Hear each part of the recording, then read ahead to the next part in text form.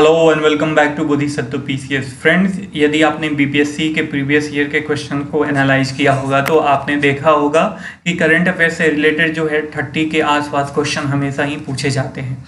और इसमें जो है इकोनॉमिक्स जो का पोर्शन होता है बहुत ही गेम चेंजर होता है, क्योंकि इससे जो है 5 या 6 प्रश्न जो है जरूर पूछे जाते हैं। इसी को ध्यान में रखते हुए हमने आज की ये सीरीज बनाई है इकोनॉमिक्स से रिलेटेड करंट अफेयर्स की। एमसीक्यू होगा जनवरी 2020 से मई 2020 तक के जितने भी इकोनॉमिक डेवलपमेंट हुए हैं उस पे बेस्ड, जो आने वाले BPSC 66 prelims, IAS prelims, UPPSC 2020 prelims, JPSC या अदर जो भी गवर्नमेंट एग्जाम्स होते हैं सबके लिए इक्वली इंपॉर्टेंट है। तो चलिए शुरू करते हैं। शुरू करने से पहले आपसे रिक्वेस्ट है, चैनल पे रहें तो जरूर सब्सक्राइब कर दीजिए और सब्सक्राइब करने के बाद जो बेल का आइकन आता है उसे दबा दीजिए ताकि कोई भी लेटेस्ट नोटिफिकेशन आप तक आसानी से पहुंच सके।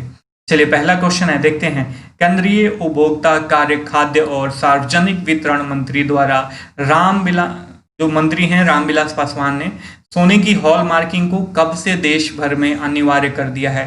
आपके ऑप्शन है 21 नवंबर 2019, 1 जनवरी 2020, 26 जनवरी 2020, 15 जनवरी 2021।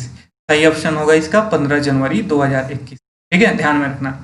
अगला क्वेश्चन है कि हाल ही में सरकार द्वारा इनमें से किन सीपीएसई इकाइयों में रणनीतिक रूप से सीपीएसई, मैं आपको बताना चाहूंगा सीपीएसई का फुल फॉर्म होता है friends central public sector enterprises.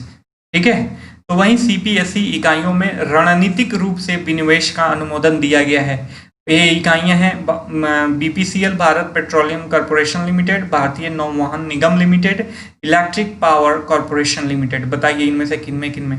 तो देखिए ये तीनों में जो है रणनीतिक रूप से विनिवेश का अनुमोदन दिया गया है, तो इसका जो सही ऑप्शन होगा वो 1, 2 और 3 होगा, अर्थात ऑप्शन बी सही है। अगला प्रश्न है कि इनमें से किस बोर्ड ने हाल ही में गोल्डन लीफ पुरस्कार प्राप्त किया है? आपके ऑप्शन है तंबाकू board of India, tea board of India, masala board of India, sugar cane board of India. सही ऑप्शन है तंबाकू बोर्ड ऑफ इंडिया। तंबाकू बोर्ड ऑफ इंडिया को हाल ही में गोल्डन लीफ पुरस्कार प्राप्त हुआ है, तो आप इसे ध्यान में रखना, इंपॉर्टेंट है। क्वेश्चन में मतलब आने वाले जो भी एग्जाम्स है उसमें पूछा जा सकता है। ठीक है, अगला एक और इम्पोर्टेंट क्वेश्चन है, आईएमडी विश्व प्रतिभा रैंकिंग 2019। क्या आईएमडी विश्व प्रतिभा रैंकिंग 2019 में भारत का कौन सा स्थान है?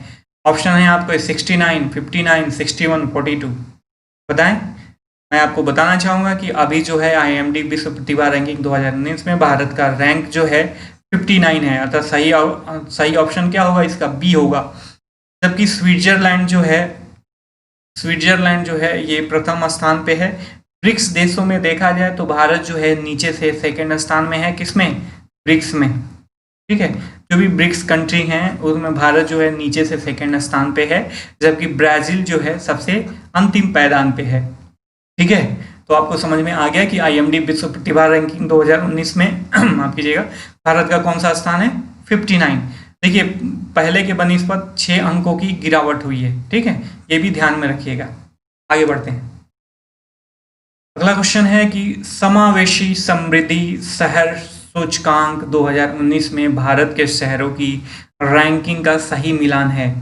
बंगलुरु 83, दिल्ली 101, मुंबई 107। केवल एक सही है, ये और 1 और 2 दोनों सही हैं। केवल 3 सही है और चौथा ऑप्शन है 1, 2, 3 सारे सही हैं। तो इसका सही ऑप्शन होगा सारे सही हैं। देखिए समावेशी समृद्धि शहर सूचकांक 2019। ठीक है, यह जो है आपको बताना चाहूंगा, इसमें जो है ज्यूरिख को प्रथम स्थान मिला है पूरे वर्ल्ड में। ठीक है, और भारत के ये जो 3 शहर हैं, बेंगलुरु इसको 83वां स्थान मिला है, दिल्ली को 101वां स्थान मिला है और मुंबई को 107वां स्थान मिला है। तो आप इसे ध्यान में रखना, इंपॉर्टेंट है, क्वेश्चन पूछा जा सकता है। अगला प्रश्न है, इकोनॉमिक इंटेलिजेंस यूनिट द्वारा जारी ग्लोबल माइक्रोस्कोप और फाइनेंशियल इंक्लूजन 2019। यहाँ से भी क्वेश्चन में भी क्वेश्चन अराइज हो सकता है कि global microscope of financial inclusion किसके द्वारा जारी किया जाता है? तो इकोनॉमिक इंटेलिजेंस यूनिट द्वारा। तो इस रिपोर्ट के बारे में पूछ रहा है कि भारत का कौन सा स्थान है, पहला, दूसरा, तीसरा और 5वां। तो मैं आपको बताना चाहूँगा कि इसमें जो है भारत का 5वां स्थान है, जबकि कोलंबिया प्रथम स्थान पे है। ठीक है, ध्यान में रखना। आगे बढ़ते हैं। भारत को कितने जलवायु प्रदेशों में विभाजित किया गया है? भारत को कितने कृषि जलवायु प्रदेशों में विभाजित किया गया है? तो आपका सही आंसर होगा 15। भारत को कितने कृषि जलवायु प्रदेशों में विभाजित किया गया है? 15 कृषि जलवायु प्रदेशों में विभाजित किया गया है। अगला क्वेश्चन है कि ताजा जारी आंकड़ों के अनुसार दक्षिण एशिया के 28% 1 करोड़ अल्प पोषित लोगों में भारत के कितने प्रतिशत आबादी शामिल है? पहला ऑप्शन 35%, 40%, 45%, 46%। सही ऑप्शन होगा बी 40%। ठीक है, तो ताजा जारी जो भी आंकड़े जारी हुए हैं उसके अनुसार दक्षिण एशिया में जो 28.1 करोड़ लोग जो है अल्प पोषित हैं, उसमें भारत की 40% जनसंख्या जो है समाहित है। ठीक है, अगला क्वेश्चन है कि कोर इन्वेस्टमेंट कंपनियों का विनियमन समिति किसकी अध्यक्षता में गठित की गई है? तपन रे, नचिकेत मोर, बिमल जलान, इनमें से कोई नहीं। सही ऑप्शन होगा तपन रे। तपन रे की अध्यक्षता में जो है यह समिति जो है गठित की गई है। इसमें इसका उद्देश्य क्या है? इसका उद्देश्य है जो भी एरर्स होते हैं, जो भी गलतियां होती हैं, उनको समाप्त करना और विनियमन को आसान बनाना। आगे बढ़ते हैं। आइस डैश किससे संबंधित है? आइस डैश किससे संबंधित है? आपके ऑप्शन है कारोबारियों के विभिन्न बंदरगाहों पर कस्टम क्लियरेंस से। दूसरा ऑप्शन अंटार्कटिक ओशन में तैरता हुआ बर्फ का टुकड़ा है आइस डैश। एक प्रकार की आइसक्रीम बनाने वाली मशीन है आइस डैश।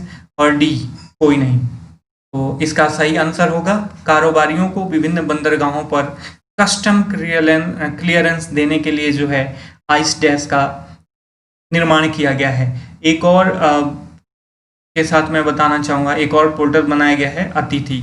जो भी अतिथि आते हैं उनको भी किसी भी तरीके के जो एयरपोर्ट पे बहुत सारे दिक्कतों का सामना करना पड़ता है, कस्टम क्लियरेंस लेने पड़ते हैं, इन दिक्कतों का सामना नहीं करना पड़े, इसके लिहाज से अतिथि पोर्टल का निर्माण किया गया है। तो आइस डैश को आपको समझ में आएगा, आइस डैश कारोबारियों के लिए है और अतिथि जो है जो भी लोग आते हैं घूमने भारत, उनके लिए है।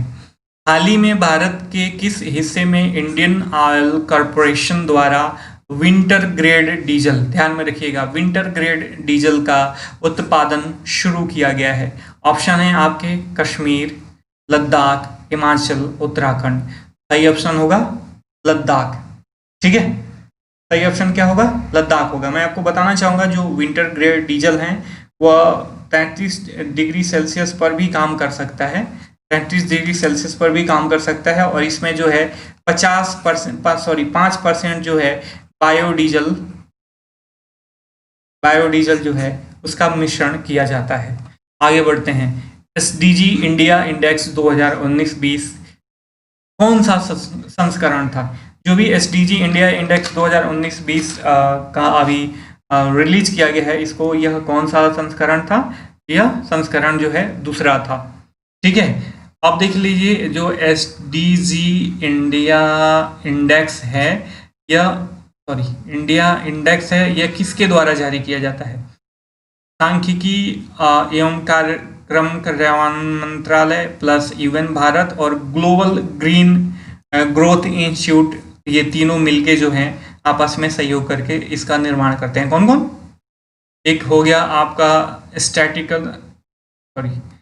सांख्यिकी कार्यक्रम मंत्रालय जो है, ठीक है। दूसरा हो गया ग्लोबल ग्रीन और तीसरा हो गया आपका यूएन भारत। ये तीनों मिलके जो हैं इस इंडेक्स को तैयार करते हैं और 2019-20 जो है इसका दूसरा संस्करण था। 2019-20 इसका कौन सा संस्करण था? दूसरा संस्करण था। मैं इसमें कुछ और रिलेटेड बात बताना चाहूँगा। इसमें केरल जो है प्रथम स्थान पे है, केरल जो है प्रथम स्थान पे है शीर्ष 5 राज्यों में, ठीक है। जबकि निम्नतम प्रदर्शन करने वाले जो राज्य हैं वो बिहार है, बिहार का स्थान 50वां है। बीपीएससी के स्पेसिफिक आप याद रखना। जबकि असम जो है सबसे लास्ट पे है, इसका स्थान कितना है? 55वां है, ठीक है, ध्यान में रखना। नचिकेत मोर समिति किससे संबंधित है? ऑप्शन है आपके लघु वित्त बैंक से, ओपन मार्केट ऑपरेशन से, उद्योग से और किसी से नहीं। तो लघु वित्त बैंक से जो है नचिकेत मोड समिति जो है स्मॉल फाइनेंस बैंक के एस्टेब्लिशमेंट को लेके जो कि रिकमेंडेशन दिया था, उसी के आधार पे इसका जो है लघु वित्त बैंक का स्थापना किया जा चुका है। तो नचिकेत मोड समिति किससे है? लघु वित्त बैंक से संबंधित है। ठीक है। हाल ही में केंद्र सरकार ने राष्ट्रीय कंपनी कानून अपीलीय न्यायाधिकरण, ठीक है, NCLT, ठीक है, NCLT इसका शॉर्ट फॉर्म होता है राष्ट्रीय कंपनी कानून अपीलीय न्यायाधिकरण। तो वहीं कह रहा है कि केंद्र सरकार ने एक नई पीठ कहाँ पे स्थापित की है? चेन्नई, नई पीठ स्थापित करने की घोषणा की है। ऑप्शन है आपके चेन्नई, जयपुर, कटक और कोची। सही ऑप्शन होगा चेन्नई। तो चेन्नई में NCLT का जो नया वो एक शाखा होगा यहाँ पे स्थापित किया जाएगा। 5 अन्य पीठें हैं, 5 अन्य पीठ ऑलरेडी इनका एस्टेब्लिशमेंट हो चुका है। कहाँ कहाँ है? जयपुर में, कटक में, कोच्चि में, ध्यान रखना, इंदौर में और अमरावती में। ठीक है, ये 3 हैं। तो हाल ही में अब टोटल कितने हो जाएंगे इसके स्थापना के बाद? 6 हो जाएंगे। लेकिन जो सबसे लेटेस्ट है वो चेन्नई में स्थापित करने की बात करी जा रही है। मैं आपको और चीज़ एक और बताना चाहूँगा कि राष्ट्रीय कंपनी कानून अपीलीय न्यायाधिकरण जो है ये एक अर्ध न्यायिक संस्था है, अर्ध न्यायिक संस्था है। और यह जो है भारतीय कंपनियों पर संबंधित मुद्दे होते हैं जो उसका जो है न्यायाधिकरण करती है, उसका जो है न्यायिकीय देखभाल करती है। ठीक है। अगला क्वेश्चन है कि देश का पहला कॉरपोरेट बॉन्ड ETF कौन सा है? ऑप्शन हैं आपके भारत बॉन्ड, वित्तीय बॉन्ड, देश बॉन्ड, इनमें से कोई नहीं। तो आपका सही ऑप्शन जो होगा वह होगा भारत बॉन्ड। भारत बॉन्ड जो है ETF बोले तो एक्सचेंज ट्रेडेड फंड। ETF का क्या मतलब होता है? Exchange traded fund. तो भारत बॉन्ड जो है भारत का पहला अर्थात देश का पहला कॉरपोरेट ETF बॉन्ड है। ठीक है। यह जो है सार्वजनिक क्षेत्र के उद्यमों, केंद्रीय सार्वजनिक वित्तीय संस्थान होते हैं या अन्य दूसरे सार्वजनिक सरकारी संगठन जो होते हैं उनके लिए जो है अतिरिक्त स्रोत के उद्देश्य से इसे लाया गया है। अगला क्वेश्चन है कि प्रधानमंत्री आवास योजना शहरी के 3य चरण की अवधि क्या है? अप्रैल 2019 से मार्च 2022, अप्रैल 2020 से अप्रैल 2021, केवल 2020, कोई नहीं। तो इसका सही ऑप्शन होगा बी, अप्रैल 2020 से अप्रैल 2021। आगे बढ़ते हैं। भारत का पहला राज्य कौन है जिसने अपने यहाँ एग्रीकल्चर लैंड लीजिंग पॉलिसी लागू की है? ठीक है, अर्थात एग्रीकल्चर का जो लैंड होता है उसको लीज पर देने के लिए कौन सा ऐसा राज्य है भारत का जो यह पॉलिसी लाया है? तो वह राज्य है उत्तराखंड। ठीक है। इसमें जो है ये 30 साल के लिए किसी से भी एग्रीमेंट किया जा सकता है। जो भी कंपनियां, NGO या जो भी संस्था है, संगठन है, वह किसानों से उनके ज़मीन के लिए 30 साल के लिए जो है ये लीज एग्रीमेंट कर सकती है और इसके लिए उनके ज़मीन के बदले किसानों को क्या मिलेगा? रेंट मिलेगा 30 साल तक। ठीक है, आगे बढ़ते हैं। अगला क्वेश्चन है कि 3rd ग्लोबल पोटैटो कॉन्क्लेव का आयोजन कहाँ किया गया? गांधीनगर में किया गया। सही ऑप्शन क्या है? Gandhinagar. 3rd global potato conclave का आयोजन गांधीनगर में किया गया। इसके साथ साथ मैं आपको बताना चाहूँगा कि यूपी जो है पोटैटो प्रोडक्शन में सबसे अधिक है। ठीक है, पोटैटो प्रोडक्शन में सबसे ज़्यादा पोटैटो प्रोडक्शन करता है, तो मतलब भारत में प्रथम स्थान पे है आलू उत्पादन में। लेकिन वहीं जब बात की जाए पोटैटो प्रोडक्टिविटी की, ठीक है, अर्थात पर हेक्टेयर अधिक उपज जो है वह कौन सा राज्य करता है? गुजरात करता है। ठीक है, तो आप ध्यान में रखना गुजरात जो है 30 टन प्रति हेक्टेयर के हिसाब से आलू का उत्पादन करता है। तो टोटल प्रोडक्शन में यूपी प्रथम स्थान पे है, जबकि यदि प्रति हेक्टेयर उत्पादन की बात करें तो गुजरात प्रथम स्थान पे है। कंफ्यूज नहीं होना है। ठीक है। मिशन पूर्वोदय का संबंध किससे है?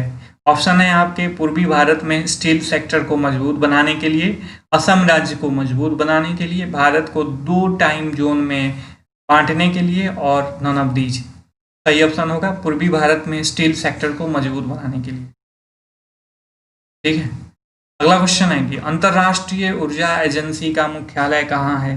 अंतर्राष्ट्रीय ऊर्जा एजेंसी का मुख्यालय कहाँ है? सही ऑप्शन पेरिस। ठीक है, अगला क्वेश्चन है कि विश्व बेरोजगार और सामाजिक आउटलुक ट्रेंड 2020 के अनुसार पूरे विश्व में कार्यरत जनसंख्या के कितने % लोग जो है असंगठित क्षेत्र में कार्यरत हैं?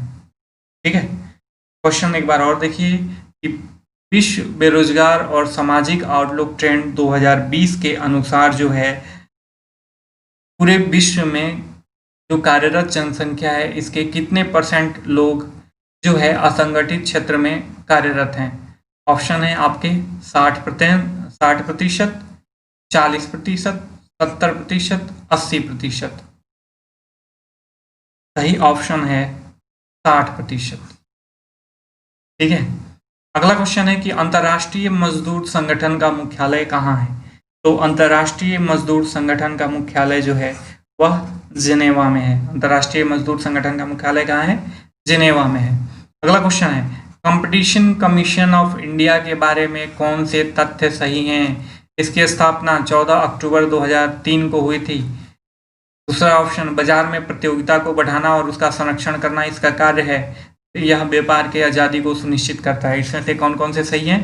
तीनों सही हैं, तो इसका सही आंसर जो होगा 1, 2, 3 अर्थात सही ऑप्शन जो है सी होगा। अगला क्वेश्चन है कि वाणिज्य मंत्रालय ने 2018-19 के अनुसार भारत का टॉप ट्रेंडिंग पार्टनर कौन है? वाणिज्य मंत्रालय के 2018-19 के अनुसार जो है भारत का टॉप ट्रेडिंग पार्टनर चाइना, रूस, अमेरिका और कनाडा में अमेरिका है।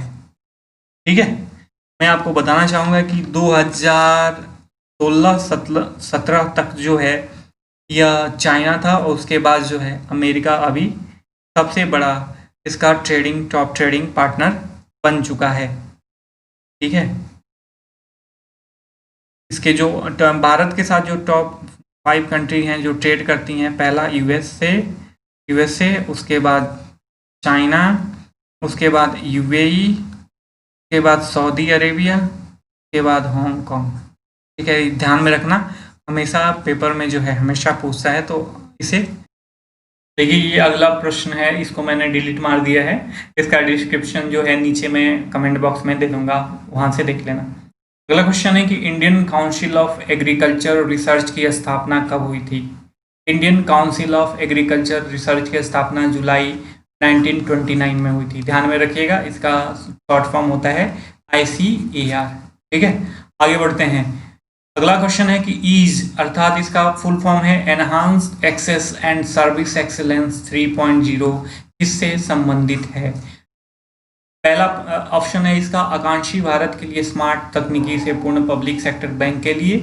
दूसरा ऑप्शन है बच्चों के अध्ययन को आसान बनाने के लिए। तीसरा ऑप्शन है ड्राइविंग लाइसेंस को आसान बनाने की केंद्र की पहल है एक, और चौथा ऑप्शन है उपरोक्त में से कोई नहीं। तो देखिए इसका सही जो ऑप्शन होगा आकांक्षी भारत के लिए स्मार्ट तकनीकी से पूर्ण पब्लिक सेक्टर बैंक के लिए ये ईज की स्थापना करी गई है। ठीक है, ताकि इससे जो है जो भी स्मार्ट तकनीकी होती है उससे पब्लिक सेक्टर बैंक जो है लैस हो सकें और अपने कार्यों में दक्षता ला सकें। अगला प्रश्न है कि स्पाइस प्लस किससे संबंधित है? ऑप्शन है आपके वाणिज्य और व्यापार से, मसालों से, साफ भोजन से, मसालों के उन्नत किस्म से। सही ऑप्शन होगा वाणिज्य और व्यापार से। ठीक है, यह ईज ऑफ डूइंग बिजनेस के लिए बनाया गया है स्पाइस प्लस। ठीक है, आगे बढ़ते हैं। पहला प्रश्न, अगला क्वेश्चन है कि प्रधानमंत्री फसल बीमा योजना कब शुरू किया गया? तो प्रधानमंत्री फसल बीमा योजना 2016 में शुरू किया गया। आप इसे ध्यान में रखना, हमेशा पूछ देता है। 2020 के केंद्रीय बजट में सरकार ने इनमें से किस पदार्थ के आयात पर एंटी डंपिंग ड्यूटी समाप्त कर दी है? एंटी डंपिंग ड्यूटी देखिए मैं आपको बताना चाहूँगा, एंटी डंपिंग ड्यूटी जो है वैसे पदार्थों पे लगाई जाती है, वैसे वस्तुओं के निर्यात पे लगाई जाती है। मान लीजिए चाइना से मोबाइल आते हैं तो चाइना जो है अपने मोबाइल कंपनी को सब्सिडाइज करके बहुत सस्ते मोबाइल इंडियन मार्केट में लॉन्च कर दे, तो इंडियन जो भी कंपनियां हैं मार्केट में मोबाइल बनाती हैं उनको जो है यहाँ पे कंपटीशन में नुकसान होगा। इनका जो प्रोडक्ट है वो ज़्यादा दाम पे बिकेगा और इनका सस्ते दाम पे तो है सबसे अधिक जो है चाइनीज़ मोबाइल बिकेंगी।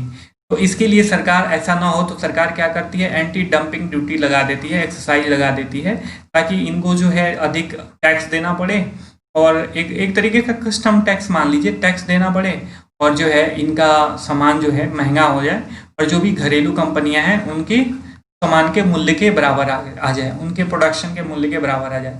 इसी को बोलते हैं एंटी डंपिंग ड्यूटी। तो इसी में केंद्रीय बजट में जो है 2020 के एंटी डंपिंग ड्यूटी जो है समाप्त किया गया है। इनमें से किस पदार्थ पे, चीन से आने वाले स्मार्टफोन्स पे, प्यूरिफाइड टेरेप्थलिक एसिड पे, थोरियम पे, उपरोक्त में से कोई नहीं। सही ऑप्शन होगा प्यूरिफाइड टेरेप्थलिक एसिड पर। ठीक है, एंटी डंपिंग ड्यूटी खत्म कर दिया है सरकार ने। पीटीए है, पीटीए एक तरीके का ऑर्गेनिक कंपाउंड होता है। क्या होता है? ऑर्गेनिक कंपाउंड है पीटीए। ठीक है, जो आपको बताना चाहूँगी, सेचुरेटेड जो भी पॉलिस्टर होते हैं ना, सेचुरेटेड पॉलिस्टर, उसके निर्माण में इसका उपयोग किया जाता है। अगला क्वेश्चन है कि विवाद से विश्वास बिल 2020 किससे संबंधित है? प्रत्यक्ष कर से, अप्रत्यक्ष कर से, एक और दो, दोनों से, इनमें से कोई नहीं। तो सही ऑप्शन जो है प्रत्यक्ष कर से। ठीक है, ध्यान में रखना। अगला क्वेश्चन है कि भारत सरकार ने हाल ही में इनमें से किसको समाप्त किया है? Dividend distribution tax, wealth tax, cinema पर कर, कोई नहीं। डिविडेंड डिस्ट्रीब्यूशन, लाभांश पर कर को भारत सरकार ने अभी समाप्त किया। देखिए, वेल्थ टैक्स को पहले ही समाप्त किया जा चुका है, लेकिन हाल ही में पूछा जा रहा है, ये करंट अफेयर से न्यूज है, तो डिविडेंड डिस्ट्रीब्यूशन टैक्स इसका जो है सही ऑप्शन होगा। ठीक है, एमएसएमई संपर्क पोर्टल का क्या उद्देश्य है? ऑप्शन है यहाँ पर काम पाने वाले और देने वाले दोनों संपर्क कर सकेंगे। सरकार और एमएसएमई जो है आपस में संपर्क कर सकेंगे। एमएसएमई की स्थापना को लेकर इनमें से कोई नहीं। सही ऑप्शन होगा इसका ही। यहाँ पे काम जो भी जॉब सीकर हैं और जो भी रिक्रूटर्स हैं, दोनों आपस में एमएसएमई से रिलेटेड जो है, जो भी जॉब सीकर हैं वो और रिक्रूटर दोनों आपस में संपर्क कर सकेंगे। ठीक है, अगला क्वेश्चन है कि हाल ही में भारत सरकार का पहला लैंड रिकॉर्ड सर्विस इंडेक्स किसके द्वारा जारी किया गया? तो इसका सही ऑप्शन जो है आपको होगा national council of applied economic research के द्वारा भारत सरकार का पहला लैंड रिकॉर्ड सर्विस इंडेक्स जारी किया गया। तो सही ऑप्शन क्या होगा इसका? ये होगा। अगला क्वेश्चन कि भूमि राशि पोर्टल किस मंत्रालय के अंतर्गत आता है? ऑप्शन है आपके रोड ट्रांसपोर्ट एवं हाईवे मंत्रालय, कृषि मंत्रालय, वित्त मंत्रालय, इसमें से कोई नहीं। रोड ट्रांसपोर्ट एवं हाईवे मंत्रालय। ठीक है, अगला क्वेश्चन है ARI 516 किसकी वैरायटी है? देखिए, अंगूर, अमरूद, आम, नाशपाती। ARI 516 जो है एक तरीके का रैंक के अनुसार ये दिख रहा है, ऑल इंडिया रैंक। ठीक है, ये AIR होता है, लेकिन ARI 516 किसकी वैरायटी है? अंगूर की वैरायटी है। आगे बढ़ते हैं, किसान रथ मोबाइल ऐप किस लिए है? किसान ऐप मोबाइल, हाँ, किसान रथ मोबाइल ऐप, इसके बारे में मैं आपको बता देना चाहूँगा। देखिए, भूमि राशि पोर्टल जो है ना, रोड ट्रांसपोर्ट एवं ये हाईवे मंत्रालय है, इसके द्वारा बनाई गई है, ताकि कोई भी रोड का कंस्ट्रक्शन होता है तो उसमें भूमि की आवश्यकता पड़ती है। पहले ही से भूमि को लेके और रखा जाता है, ताकि उस समय जो है किसानों से या किसी अन्य भूमि मालिक से भूमि लेने में कोई कठिनाई ना हो, उनका उचित दाम मिले और किसी भी प्रकार का एरर ना हो भूमि को लेने में, भूमि को एक्वायर करने में। इसी को ध्यान में रखते हुए जो है रोड ट्रांसपोर्ट एवं हाईवे मंत्रालय ने भूमि राशि का और भूमि राशि पोर्टल का निर्माण किया है। अगला क्वेश्चन है कि किसान रथ मोबाइल ऐप किस लिए है? तो देखिए, किसान रथ मोबाइल ऐप कोविड-19 के वजह से जो लॉकडाउन था, इसके वजह से जो भी प्रोडक्शन होते थे किसानों का, उनका जो प्रोक्योरमेंट के बाद ट्रांसपोर्टेशन में बहुत सारी दिक्कतों का सामना करना पड़ता था। इसी को ईज करने के लिए किसान रथ मोबाइल ऐप का निर्माण किया गया, अर्थात इसका सही ऑप्शन होगा कोरोना संकट के दौरान कृषि उत्पादों के परिवहन में सुगमता लाने के उद्देश्य से। आगे बढ़ते हैं, वर्तमान में SDR बास्केट में कितनी मुद्राएं हैं? बताएं। इंपॉर्टेंट क्वेश्चन हमेशा पूछता है, वर्तमान में SDR बास्केट में कितनी मुद्राएं हैं? 5, 4, 6 और 7। सही ऑप्शन होगा आपका 5। आपको क्या पता है, क्या इंडियन रुपीस जो है SDR बास्केट में शामिल है? नहीं शामिल है, ध्यान में रखना है। SDR बास्केट में शामिल है आपको USA डॉलर, यूरो, ठीक है। रेनमिनबी रेनमिनबी रेनमिनबी जो है चाइना का ये है, ठीक है। ये इसका ये सिंबल होता है रेनमिनबी का। ये चाइना का मुद्रा है। उसके बाद ये जापान की मुद्रा है, और ब्रिटिश पाउंड स्टर्लिंग, क्या ब्रिटिश पाउंड स्टर्लिंग, ठीक है। तो आपको समझ में आ गया, ब्रिटेन की मुद्रा है। तो ये 5 मुद्राएं जो है एसडीआर में शामिल है, इंडियन करेंसी नहीं शामिल है। हेलीकॉप्टर मनी क्या है? हेलीकॉप्टर मनी क्या है? ऑप्शन है अपरंपरागत और परिकल्पनात्मक मौद्रिक नीति उपकरण है, जिसमें जो है अर्थव्यवस्था के उद्दीपन करने के लिए, जनता को बांटने के लिए पैसों की छपाई होती है। अगला ऑप्शन है वह मनी जिसे हेलीकॉप्टर से गिराया जाता है। एक गलत धारणा के अलावा यह कुछ नहीं है। जिस मनी का बाजार मूल्य ज्यादा हो उसे हेलीकॉप्टर मनी कहते हैं। इसमें से कौन है सही? ये है।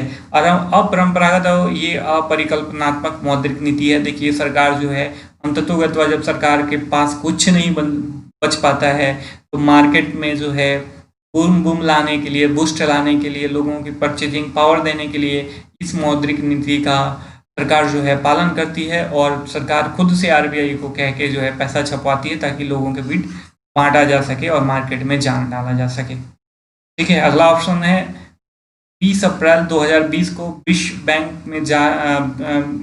बैंक द्वारा जारी रिपोर्ट के अनुसार भारत के लिए जो प्रेषित धन था उसमें कितने % की गिरावट देखी गई है?